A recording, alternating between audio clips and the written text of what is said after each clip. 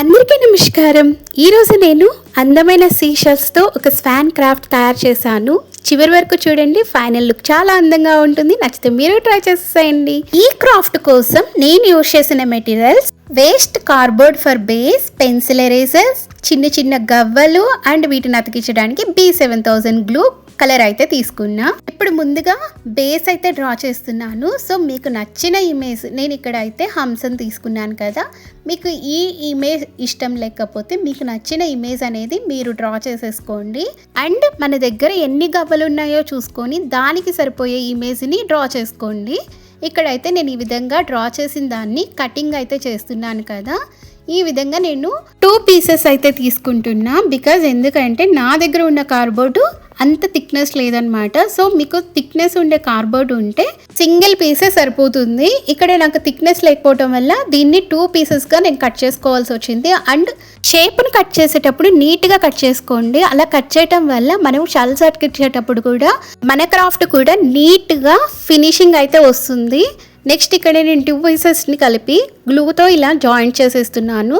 And ఇక్కడ basically నా దగ్గర వైట్ పెయింట్లో రెడ్ మిక్స్ అయిపోవటం వల్ల ఇలా షేడ్ అయితే వచ్చేసింది. మీ దగ్గర వైట్ కలరే ఉంటే, అంటే మీరు హంసని ప్రిపేర్ చేస్తున్నారంటే వైట్ కలరే అప్లై చేసేసేయండి. లేదు అంటే మీకు ఏ ఇమేజ్ కావాలో దానికి తగ్గట్టుగా బేస్కి కలర్ ఇచ్చేసేయండి. అండ్ నోస్కి కూడా నేను ఇక్కడ కలరింగ్ ఇచ్చేసాను. నెక్స్ట్ పేపర్ స్ట్రిప్స్ 1/2 సెంటీమీటర్ తీసుకొని, ఇది ఎందుకంటే మనం ఇప్పుడు కార్డ్బోర్డ్ అంటించున్నాం కదా, కార్డ్బోర్డ్ మనకు కనిపించకుండా హైడ్ అవ్వడం కోసం ఈ పేపర్ని అయితే నేను ఎడ్జెస్ ఇలా స్టిక్ చేస్తున్నాను. మీ దగ్గర పేపర్ టేప్ కానీ ఉంటే దాంతో ఫినిషింగ్ ఇచ్చేసేయండి. అండ్ నోస్ దగ్గర చూస్తున్నారు కదా, కరెక్ట్గా ఈ విధంగా స్టిక్ చేసేసి ఎక్స్ట్రాస్ అనేటివి మనము కట్ చేసేసాము.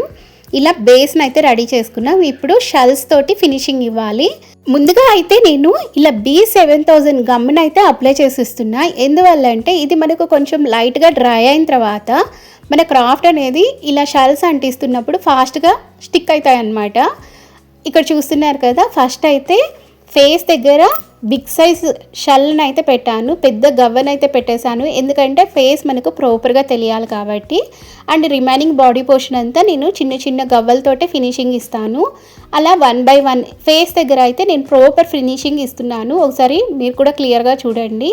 మీరు ఎలాంటి ఇమేజ్ తీసుకొని క్రాఫ్ట్ చేస్తున్న షల్స్ తోటి ఫేస్కి మటుకు మంచిగా అయితే మనము ఫినిషింగ్ అయితే ఇవ్వాలి. చూస్తున్నారు కదా, ఇలా షెల్స్ తోటి 1 by 1 అంటించుకుంటూ ఫుల్ బాడీ మొత్తం అలాగే స్టిక్ చేస్తాం.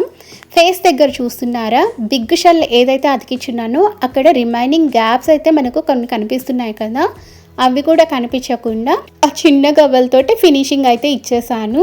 రిమైనింగ్ బాడీ పోర్షన్ అంతా ఒక్కొక్క షెల్ని పెట్టుకుంటూ లేయర్గా స్టిక్ చేసుకొని వెళ్ళిపోవటమే. ఇక్కడ నేను B7000 ఎందుకు యూజ్ చేశానంటే, ఇప్పుడు గ్లూ గన్ యూజ్ చేసి మనకు ఫాస్ట్గా క్రాఫ్ట్ అయితే ఫినిష్ అయిపోతుంది. బట్ ఈ క్రాఫ్ట్కి మనకు పర్మనెంట్ లైఫ్ అయితే రాదనమాట.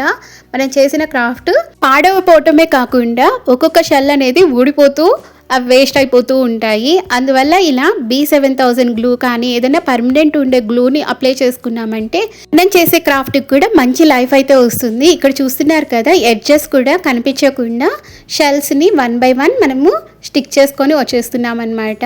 ఏవైతే కర్వ్స్ ఉన్నాయో అక్కడ మీకు సరిపోయే గవ్వ సైజ్ తీసుకొని ఫినిషింగ్ అయితే ఇవ్వండి. మనము ఇక్కడ గవ్వలు అంటించటంలోనే మెయిన్ లుక్ అయితే ఉంటుందన్నమాట. ఎట్లా అంటే అట్లా గవ్వలు పెట్టి అంటించేసామంటే క్రాఫ్ట్కు ఉన్న అందం అనేది పోతుంది. సో సింగిల్ లేయర్ గవ్వని ఒక్కొక్కటి తీసుకొని ఓపిక్గా అంటించాలి. ఇక్కడ చూడండి, అక్కడ నోస్ అయితే కార్డ్బోర్డ్తో మనం కలరింగ్ ఇచ్చున్నాం కదా, మీకు కావాలి అంటే అలాగే ఉంచేసుకోండి. నా దగ్గర శంఖం టైప్ గవ్వ ఒకటి ఉందన్నమాట, లెంతీ ఉండేది.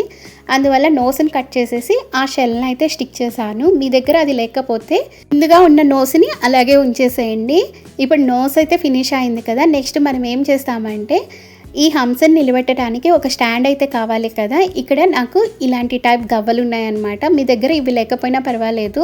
వేస్ట్ బాటిల్ మూతలు ఉంటాయి కదా, ఆ మూతల్ని యూజ్ చేసి అయినా మీరు బేస్గా ప్రిపేర్ చేయొచ్చు. లేదు అంటే కార్డ్బోర్డ్ బాక్సెస్ ఉంటాయి కదా, బాక్స్కి మంచిగా కలరింగ్ ఇచ్చేసి బ్లూ కలర్ ఇవ్వండి. బ్లూ కలర్ ఇస్తే అది వాటర్లో ఉన్నట్టు కూడా ఎఫెక్ట్ వస్తుంది అనమాట. ఇప్పుడు ఐస్ అయితే పెట్టేశాను. రౌండ్ షేప్లో షెల్స్ అయితే వచ్చి ఉన్నాయి, వాటిని అంటించేసాను. అవి పింక్ కలర్లో ఉన్నాయి. ఇలా చూడడానికి కూడా క్యూట్గా ఉంటాయి కదా. సో చూస్తున్నారు కదా, బ్లాక్ కలర్తో ఐస్ అండ్ నోస్ దగ్గర ఇలా డీటెయిల్స్ ఇచ్చేస్తున్నాను అనమాట. ఇలా డీటెయిల్స్ ఇవ్వడం వల్ల క్రాఫ్ట్కి మరింత అందం అయితే వస్తుంది. అంతే, మన sea shells swan craft ready అయిపోయింది. సింపుల్ షెల్స్తో ఇలా అందమైన డెకరేషన్ పీస్ తయారు చేయొచ్చు.